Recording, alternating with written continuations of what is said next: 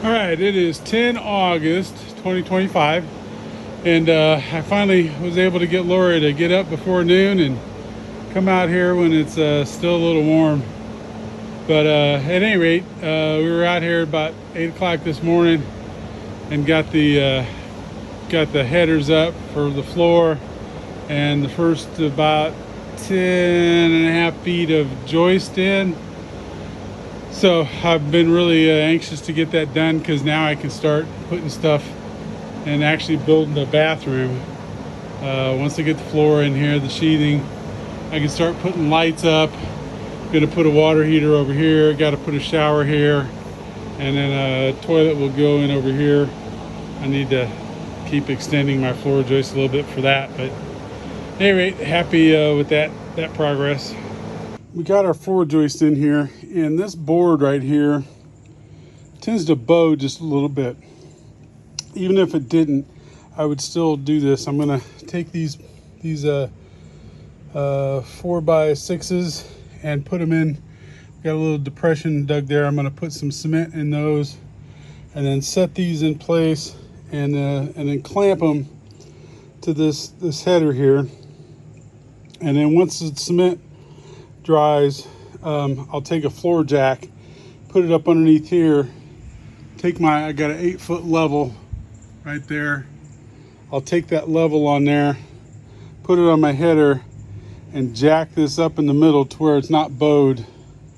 Yeah, like I said, even if it wasn't bowed a little bit, I'd still do this because I'm 12 feet in between supports here.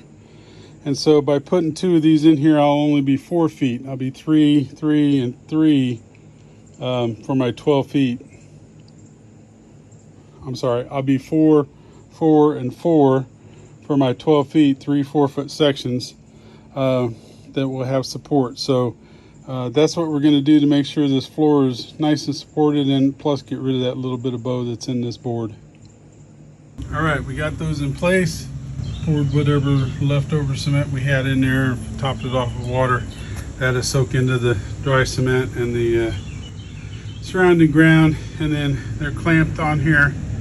I cut them just a little bit above, clamped them on there, and then that way tomorrow, once the cement's dry, I can put the floor jack up underneath here, jack it up, and then put some screws into that to hold that in place, some lag bolt. All right, so it's 15 August 2025. I've got my gas pipe put in here. It goes out to the end of the barn where the water heater is going to be. This right here is going to be where there's going to be a space heater, gas space heater. I've started running PEX. You can see I've got a second layer of insulation on this wall here. And then my PEX is going in. It'll go between my second and my third layer of insulation. That's just hanging down there. This would be for the kitchen sink. That's the drain for the kitchen sink right there. So that's where that will be. And I got a board put in down here on the bottom. And you might wonder, what the heck is all this white crap? I took this board, I coated the bottom and the outside edge, and then I painted the bottom board like this board here, and the cement, and then put this in there. I painted it all with Flex Seal, and the reason is I'm trying to seal up the edge of the barn where there's a gap between the walls and the cement because of the way they put these supports even with the outside edge of the cement, which means all of these boards that are on the outside are hanging over, and basically there's the wall and the cement meet just at the very edge of each. So put this down. This should seal it up, keep all the bugs and ants and spiders and everything else out from coming in here. Now I put that on after I had the insulation up. I won't do that again. That was a mess, trying to keep the insulation back while I put that in there. All right, so you can see my problem here, besides just the general filth. But my cement pad was poured, and then these supports, here were all left even with the edge of the cement, which means all this stuff here hangs out over past the cement, as you can tell by that light coming through through there. So obviously all this bug debris and cobwebs and stuff. I got mouse traps out. I don't have a lot of problem with mice. I think the cat gets most of them.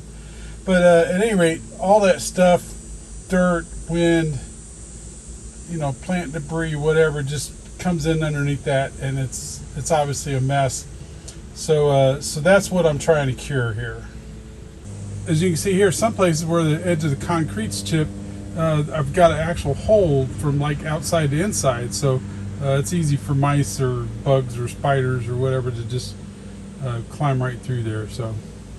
So from here on out, before I put my second layer insulation up, I'm gonna paint this board here, the bottom 1.5 inches of it, with Flex Seal, and then put my board, my 2x6 board, down on the ground with the Flex Seal on it, and it will seal up that edge, because you can see, like right there, you can see daylight where that edge of the concrete and the edge of the board meet.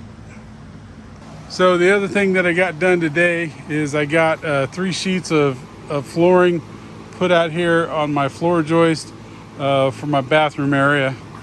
I talked about, I'll go ahead and step out here. The fan's gonna be kind of noisy, but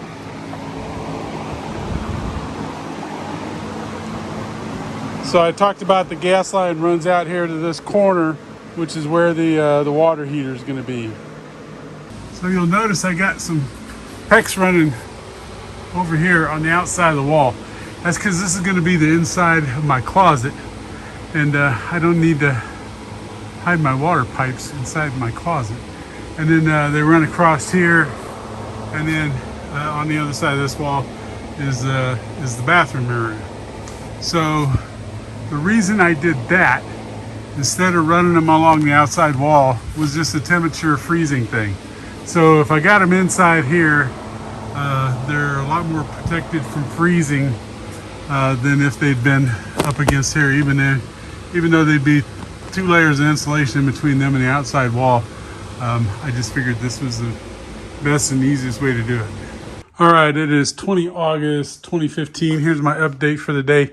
I had to really scramble today because I installed all my black iron gas line, and I called the gas company to tell them to come out and check it, because we'd done the pressure test, everything was good, and they're like, it has to be installed by an Alabama certified gas plumber, which I am not. So I had to call around, find some guys going to be out here tomorrow at 7 o'clock, and what that meant was, if this line is good, he has to be able to see everything and hook everything up.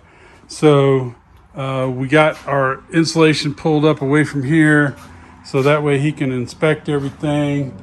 It might be a little too dark out here in the bathroom, but iPhones are pretty good about adapting. Yeah, maybe you can see this. So anyway, so we got our gas line over here too, and basically I did not have these walls in place. So I had to hurry up and throw a wall up, paint a section of it, close it up, so that I can put my water heater up there and he can hook it up. And then the same thing out here, I had to hurry up and get this wall built. I don't have my second layer insulation on this. I do underneath this panel here. I've got my second layer right here, and then my third layer is inside this wall. So I got my 3 layers there, but I'm gonna have to go back later and try to stuff all that insulation in behind there for my second layer, and then third layer is easy. But at any rate, so we had to hurry up and get that panel up, get that space heater hooked up, so that way he can hook everything up tomorrow when he comes. And if that line there is good, we should be ready to rock and roll, and then I can finish up these walls. We got our board down here on the bottom with our Flex Seal on it to kind of seal everything up between the joint there where the cement and the board and the walls meet. But anyway, that's our update for today. It's been a long day. I don't know, it's after 6 o'clock and I was out here at 8:30, and I'm old and still recovering from knee surgery. So